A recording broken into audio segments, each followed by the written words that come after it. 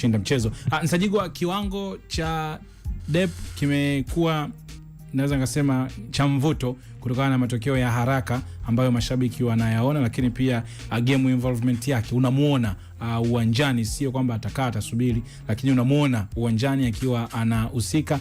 Jana kaika chuma mbili, moja la penalty na nyingine akipiga ile header nzuri kabisa baada ya cross kutoka kwa Duke Abuya. Wanayanga wana matumaini makubwa. Performance yake so far ina promise vitu vikubwa. Yani ni mechi ya pili ya ligi na kwa mechi yote ni mechi ya tatu. Mechi ya tatu ya. Mechi ngili kwa ya Ahly. Yes, na kiwango si kibaya. Michezo miwili ya ligi, mabao matatu na pasi moja ya goli. Ni kiwango kizuri. Mshambuliaji wa katikati kuna sifa ambazo anakuwa azimiliki. Kabla ya kujua na uwezo akafunga au uwezo akafunga, kuna sifa. Moja ya sifa ni kukaa kwenye nafasi. Kitu ambacho Depo anakaa kwenye nafasi. Hata goli ambayo alifunga ile cross ya Duke Abuya alikuwa kwenye eneo sahihi. Goli la tatu ambalo lilifungwa na Dube, yeye ndo alikuwa kwanza kufanya ile attempt kabla ya kukosa mpira. Maana yake alifika kwenye nafasi kwa muda sahihi. Hata bao lake la kwanza ambalo alifunga ya mechi iliyopita zidi ya Mashujaa, yes, ulikuwa ni mpira pili baada ya free kick ya Alan. Goalkeeper alisave ule mpira pili akakutana nao yeye. Kwa huyu mtu anakaa kwenye nafasi. Sifa ya pili ya mshambuliaji katikati ni matumizi ya nafasi. Mpaka muda huu hakuna nafasi ambayo unaweza kusema pale alikosa itakiwa afunge. Ilikuwa nafasi ya wazi. Labda ile la Dube ambayo alikosa mbele ile labda, lakini nyingi ambazo zimeangukia ameweza convert kuwa magoli. Hii ni sifa yake ya pili. Kwenye issue sasa ya kuyaishi haya, kuna muda pia wewe unahitaji muda zaidi. Kwa sababu hicho unafanya hivi sasa ni mwanzo mzuri. Unaweza unapongeza kile unachokifanya. Lakini kitadumu kwa muda gani? Kuna muda inahitaji muda sana, kwa sababu kuna waloza ya washambuliaji wengi sana ambao washe kuja kuanza vizuri mchezo za mwanzo. Kwa nafunga magoli, lakini baada ya muda mambo yakabadilika. Mfano Ateba mchezo wake ya mwanzo sifa zilikuwa nyingi sana. Kumbuka kuna goli lafunga Azam na mavalo ya kusanya wale mabeki akafunga. Watu wakaamini yes, huyu ni mshambuliaji wa maana. Lakini baada ya muda mambo yakaweza kubadilika. Kwa kuna kuwa na vitu vingi, sababu ni mchezaji mgeni kwenye taifa, utamaduni tofauti ambako yeye ametoka. Lakini pia kuna maswali mengine ambayo ya nje ya uwanja. Pia kuna muda wa ligi inazidi kuchanganya, ugumu unaongezeka, pressure pia na vitu kama hivyo. Lakini kwa huu mwanzo na sifa nilivyoziona zinafanana kabisa na zile clips za YouTube ambazo zinaanza kabla hajaje. Kwa hiyo YouTube hatujadanganya. Yani kwa kile ambacho nilikuwa nakiona YouTube, ile magoli ambayo alikuwa anafunga kwa Safa na maeneo mengine yanafanana kabisa na ambacho kinatokea hivi sasa. Na kingine ambacho naona anaenda kutoa faida kwenye kikosi cha Yanga, yeye ni tofauti kabisa na alivyokuwa Andy Boyeli. Andy Boyeli yeye ni mshambuliaji katikati haswa.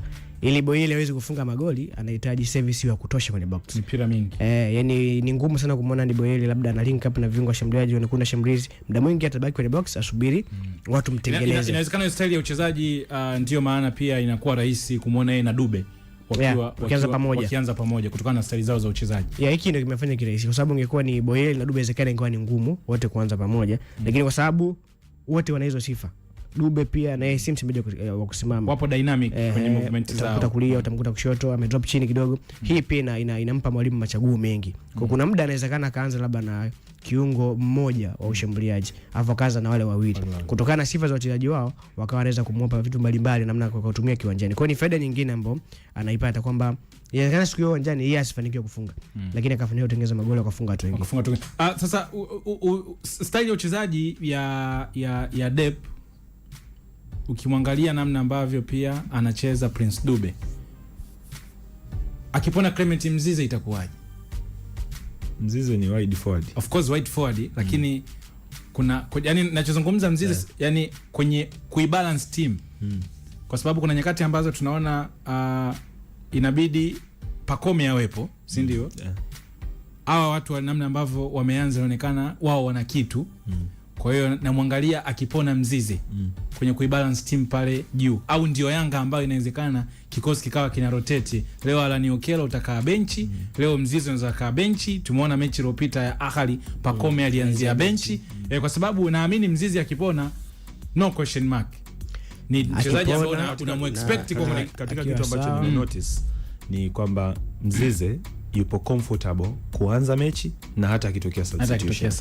Tangu msimu wa Nasreddine Nabi, hata baada ya kuondoka kwa Nabi alipokuja Miguel Gamondi. Hicho inawezekana sasa kuanza sub. Hicho inawezekana game time yako ina balancewa vipi? Kwenye hiyo limitation ya game time inaweza ikawakumba wote.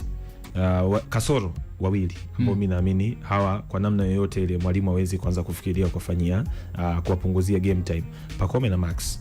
Mimi naamini hizi ndo namba 2 pekee ambazo zina watu wake guaranteed. Hawa wakiwa fit watavaa jezi. Lakini wengine kwa tulipofika Prince, Depu, Dube, Alan Okello hawa wanahitaji kuprove kwamba mwalimu, mimi nataka nianze mara kwa mara.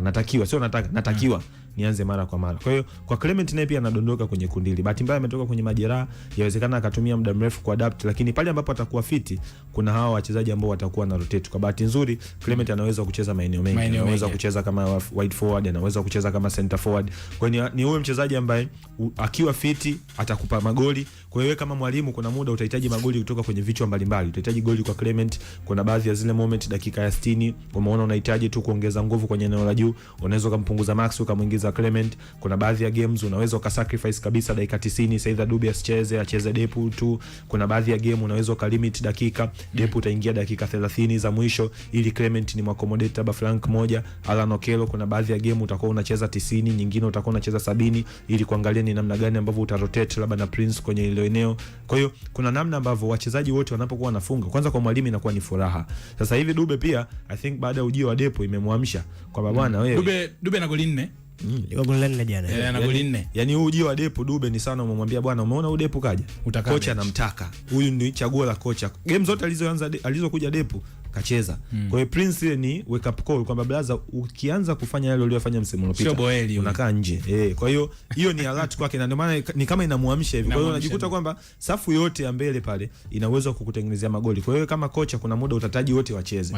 Mzizi akiwepo atafunga, Depu akiwepo atafunga, Dube akiwepo atafunga, Pacome akiwepo atafunga, Max akiwepo na assist na kufunga, Alan Okello akiwepo anasababisha hayo makeos ya kutosha. Kuna level ambayo naiona Young Africans fitness ikipatikana kwa wachezaji wote, inawezekana mwalimu akawa na kazi ya ziada lakini akawa ana faida, kwa sababu kama Mudathir akisha kaa kwenye fomu yake ile fitness ikarejea, kwa sababu muda kidogo game yake sasa hizi unaiona kama sio ya daraja ile. Ukiangalia mwendo wa Duke Abuya, ukimwangalia Mohamed Damaro, lakini pia kwenye fitness muongeze na Lassine Koma. Kama Koma bado tunamdai. Koma tunamdai sana. Tunazungumzia wale ambao walishatupa, ambao tunajua. Yaani kwa sababu kuna nyakati ukikao unasema ulikuwa unazungumza wachezaji wenye uhakika. Ukimwangalia Max unaona yeye anastahili kuwa pale. Ukimwangalia Duke Abuya unaona Damaro tu imekuwa ni ile nidhamu ya game kwamba ile ku maintain kutengeneza foul na kupata kadi. Lakini naye energy yake Damaro hizo kadi zitakuja game ngumu. Zile game ngumu. Lakini hizi game hizi za kawaida sasa hata hizi atazipata. Hata mfano sababu alivyokuwa Singida mfano kama Baka. Unajua Baka sasa hizi ndo ishakuwa kawaida yake kucheza kutumia energy maeneo ya kawaida.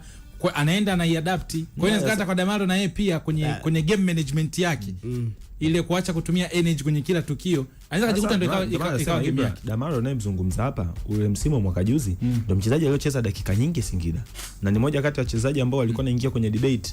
Ni msimu uliopita ule msimu uliopita ni mchezaji ambaye alicheza dakika nyingi ligi kuu bila kadi nyekundu. Kwa ina maana huyu mtu kuna baadhi ya mechi ambazo atakuwa aggressive. Kwa mfano jana game ya Dodoma hakukuwa na foul ambayo aliproduce. Kwa hiyo kuna baadhi ya game atacheza kwenye tempo ya kawaida.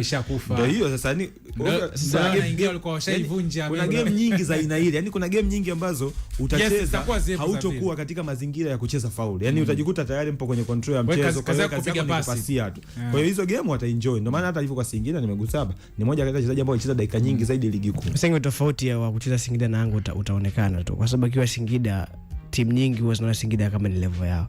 Kwa hata uhitaji wa matokeo unakuwa sio kihivi. Kuitaka mechi yani kama vile Dodoma inakuwa tofauti. Bwana, hiyo ni Young Africans na mchezo wao na matukio tofauti, lakini pia team wachezaji namna ambavyo wana perform tumeweza kugusa mara baada ya ushindi hapo jana. Young Africans wanafikisha jumla ya alama 21 na umepanda pale juu kwenye msimamo wakiwa wamecheza jumla ya michezo 8 na wanaongoza ligi katika alama hizo ambazo na tunapata mapumziko mafupi. Tukirejea tunakuja kukupa ratiba pamoja na yale mengine ambayo yanahusiana na ligi kuu soka Tanzania bara, lakini pia tutakuwa tuna story nyingine tarudi kwa upande wa Yanga kwenye eneo la siasa za uwanja. Kwa mujibu wa Nsajigwa Senior, anaamini ujenzi wa uwanja ni siasa tu, lakini Yanga wao Jumamosi wanakwenda kumaliza hatua nyingine kubwa kuelekea katika ujenzi wao wa uwanja. Tunarejea. Mimi ni Ibrahim Kasuga, Nsajigwa Senior yuko hapa ndani pamoja na Samu Rashid Wakanda. Usitoke. Baki hapo hapo. Tunalipa bill dakika 0 tu. Tunarudi. Kipenga Extra. Hata nikiwa mbali, upo karibu nami, popote nienda